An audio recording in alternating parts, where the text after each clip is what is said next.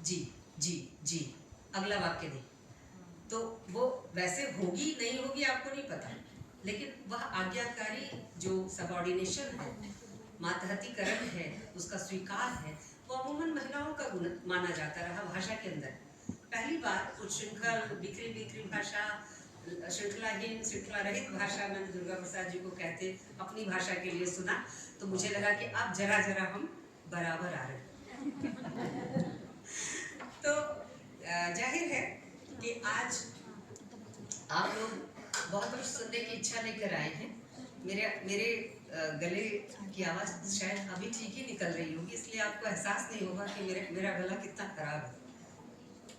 बहरहाल मैं बहुत लंबा नहीं बोलूँगी। दो तीन चीज़ें और हैं जो मैं चाहती हूँ कि आपसे शेयर कर लूँ कि विमर्श के समय विमर्श बस ज़्यादा नहीं, 5 मिनट और। दो तीन चीज़ें हैं जो आप विमर्श की प्रकृति को समझने के लिए बहुत ज़रूरी है। विमर्श के लिए जैसे मैंने कहा कि आपको उसके राजनीतिक संदर्भ को समझना होगा, ठीक इसी तरह से राजनीतिक पहचान के साथ साथ उसमें उसके अंदर जो जनतंत्र की एक अच्छे जनतंत्र के जो गुण होते हैं उसकी भी ज़रूरत बनी रहती है ताकि अच्छा विमर्श डेवलप हो सके समाज की बेहतर। लेकिन अभी जो विमर्श चल रहा है जहाँ हमें सावधान रहने की ज़रूरत है, मैं उस तरफ इशारा कर रही हूँ।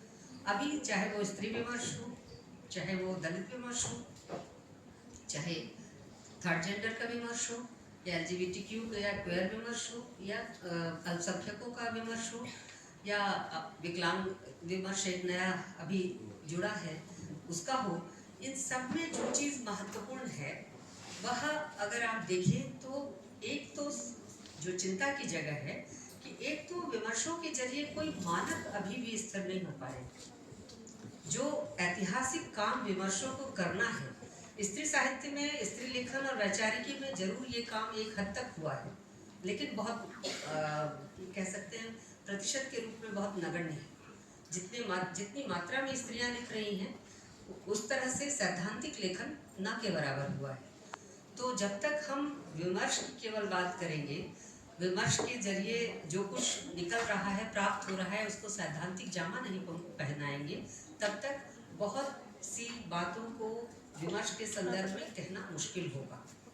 दूसरी चीज़ ये है कि अमूमन जितने विमर्श हैं, जैसे अभी दुर्गा प्रसाद जी ने भी चर्चा की कि फैशन का रूप धर के आ रहे हैं, तो फैशन का रूप धरकर आ रहे हैं। मैं इसे कहती हूँ कि ये जीवन शैली के प्रश्नों को उठाते हैं। यही कारण है कि फैशन का रूप धरकर आ रहे हैं।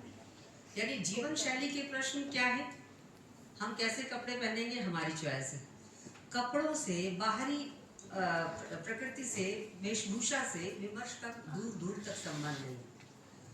आप पारंपरिक वेशभूषा, पारंपरिक आचरण के साथ भी विचारों में नए का स्वागत कर सकते हैं, मौलिक का उद्बोधन कर सकते हैं, और यही वो जगह है कि जो बाहरी दिखावे और जीवन शैली के प्रश्न से हटकर गंभीर और ठोस चीज़ों को महत्व देता है। विमर्शों में ज़रूरत है केवल जीवन शैली की समस्याओं को एड्रेस करें वही नहीं, बल्कि ठोस सवालों को, वैचारिक सवालों को, आर्थिक और सामाजिक पक्ष से जुड़े सवालों को उठाए।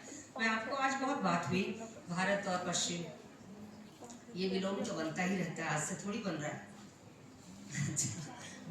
200 साल के इतिहास को, साहित्य को उठा के देखिए तो भारत प्रिय और पश्चिम बा, ये जब से अंग्रेजों ने हमारे ऊपर आधिपत्य जमाया और हमने अपने श्रेष्ठता भाव को पुनः अर्जित किया, तब से हमने तय कर लिया कि पश्चिम तो एक ऐसा समाज है जो बड़ा दुष्ट है, बड़ा आक्रामक है, बड़ा शोषक टाइप का है। वो ऐसा कुछ है जो हमारे तमाम संस्कारों के विपरीत पड़ता है। और जो भारत है वह सब चीज़ के बावजूद, भले वो पददलित है, हारा हुआ है उनसे, उनकी सारी संपदा उन लोगों के द्वारा लूटी जा रही है और वह कुछ नहीं कर पा रहा है, फिर भी हमारे पास जो आत्मिक बल है वह तो उनकी तुलना में बहुत ज़्यादा है। तो बड़े हम हुए ना, देह के बल से तो आत्मा का बल बड़ा होता है। वो देह पूजक है, हम आत्मा के पूजक हैं, तो हम बड़े हैं। ये झगड़ा चल रहा है, आगे तक आ रहा है। आप लोगों के पाठ्यक्रम में लगा हुआ है, एक बूंद सहसा उछली। देखिए कैसे पूरब और पश्चिम का वैपरीत्य खड़ा करते। तो वो छोड़ दीजिए, पूरब क्या और पश्चिम क्या। पूरब पश्चिम सिनेमा याद कर लीजिए, मनोज कुमार की फिल्में याद कर लीजिए। पूरब क्या है? हाँ, जब कोई तुम्हारा हृदय तोड़ दे, तड़पता हुआ तुम्हें छोड़ दे, तब तुम मेरे पास आना प्रिय, मेरा दर खुला है, खुला ही रहे। भाई मोहन राकेश ने तो ऐसा ना लिखा। उन्होंने तो कहा कि जब तक हम कालिदास लौट के आया तो उसने देखा कि जो नायिका है वो तो बदल गई, उसकी गोद में बच्चा है। तो आषाढ़ का एक दिन मल्लिका तो बदल गई। तो कालिदास के लिए तो दर नहीं खुला का खुला रह गया, लेकिन मनोज कुमार के यहाँ दर खुला का खुला ही रहता है। कालिदास की नायिका बदल जाती है मल्लिका, उसकी गोद में बच्चा है, उसका यथार्थ बदल चुका है। कालिदास 20 साल बाद लौट कर आया है, 14 साल संभवतः लौट कर आया है, और देखता है कि वह जिस मल्लिका को चाहता था अब वो मल्लिका है नहीं, वह तो एक बच्चे की माँ है। और तब मल्लिका से जब वो सवाल पूछता है तो मल्लिका क्या कहती है? मैंने भावना में भावना का वर्ण किया था, यानी हृदय से नहीं बदली हुई। अगर हृदय से बदलना न बदलना कुछ नहीं था तो कालिदास को मल्लिका का वर्ण करना चाहिए था। ऐसा होता नहीं। यथार्थ, सामाजिक यथार्थ, सामाजिक संबंध बार बार परिभाषित और पुनर्परिभाषित होते हैं, तो ऐसा होता नहीं है। सच्चाई विपरीत जाती है, दर हमेशा नहीं खुला रहता, यथार्थ सरक लेता है, आगे बढ़ जाता है। तो यह जो कहने का अर्थ ये है कि पूरब और पश्चिम का झगड़ा तो हम लोग देखते आए हैं, पूरब में ये और पश्चिम में ये। सवाल है कि पूरब में जो कुछ लिखा गया, क्या हमने उसे ध्यान से पढ़ा है? जो कुछ पूरब की भी छोड़ देती हूँ मैं, एशियाई लिटरेचर की भी छोड़ देती हूँ, सिर्फ हिंदी लिटरेचर की बात कर रही हूँ, अन्य भारतीय भाषाओं के इतिहास की भी बात छोड़ती हूँ। क्या हिंदी साहित्य के इतिहास में महिलाओं ने जो कुछ लिखा, हमारे यहाँ के विद्वान पंडित जन उन सारे साहित्य को पढ़ पाए हैं, उसका पुनरुद्धार कर पाए हैं? और अगर कर पाते, ज़्यादा नहीं 100 साल के लेखन का ही अगर पुनरुद्धार आप कर लें तो आपको एक पैरेलल ऑल्टरनेटिव डिस्कोर्स दिखाई देगा जो इतिहास से नहीं विमर्श से भी गायब है। मैंने कुछ कोशिश की है, लेकिन अकेला चना भाड़ नहीं फोड़ सकता, बहुत कोशिशों की जरूरत है। आप पुराने साहित्य को देखिए, मैं क्यों कह रही हूँ, आप भूल जाएंगे ये कहना कि 1920 का समय भारत ऐसा था, 1920 की जो राजनीतिक और सामाजिक आर्थिक वैचारिकी थी वो ऐसी थी, भूल जाएंगे ये कहना। जब आप महिलाओं का लेखन देखेंगे, वहाँ धर्म को लेकर, राष्ट्र को लेकर, भाषा को लेकर, शिक्षा को लेकर जिस तरह का ऑल्टरनेटिव नरेशन है, वह किसी भी ग्रैंड नरेशन से भारी पड़ता है। सवाल है, आप पढ़े तो एक बार, जाएं तो उनके पास।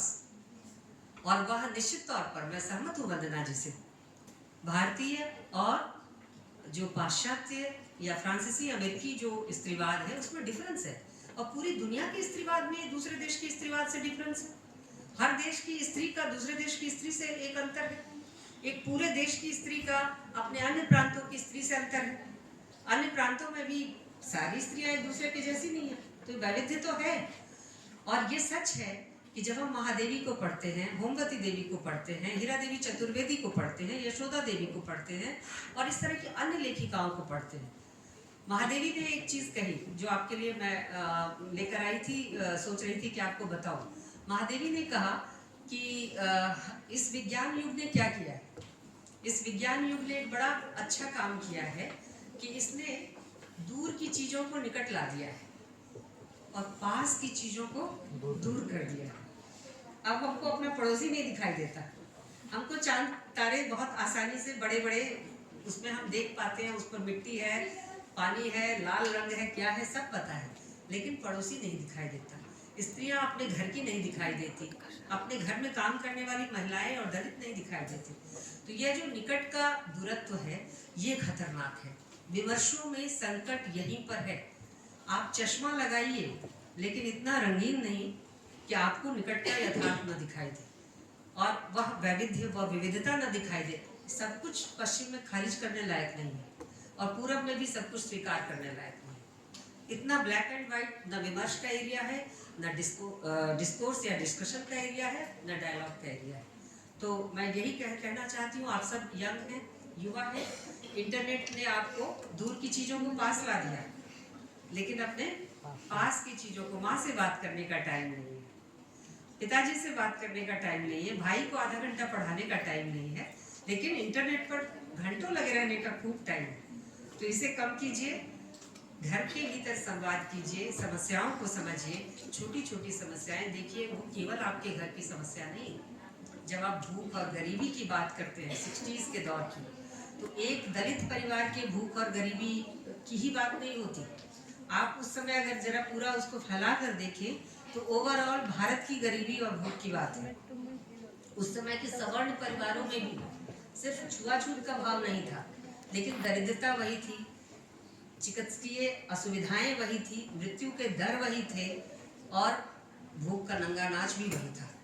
तो एक पूरी परिस्थितियां थी जो उस पीढ़ी को प्रभावित कर रही थी। उसमें कुछ विशिष्टताएं उनके अपने जो सामाजिक बंधन है उसके कारण पैदा हुई। महिलाओं पर वो और ज़्यादा थी, दलितों पर थी, अल्पसंख्यकों पर थी। तो इस तरह से चीज़ों को समझने में, साइंटिफिक तरीके से चीज़ों को समझने में हमें मदद करता है विमर्श। लेकिन सवाल है कि हमारे पाँव विमर्श की आंधी में उड़े नहीं, ठहर कर रुक कर चलना सीखे हैं। धन्यवाद।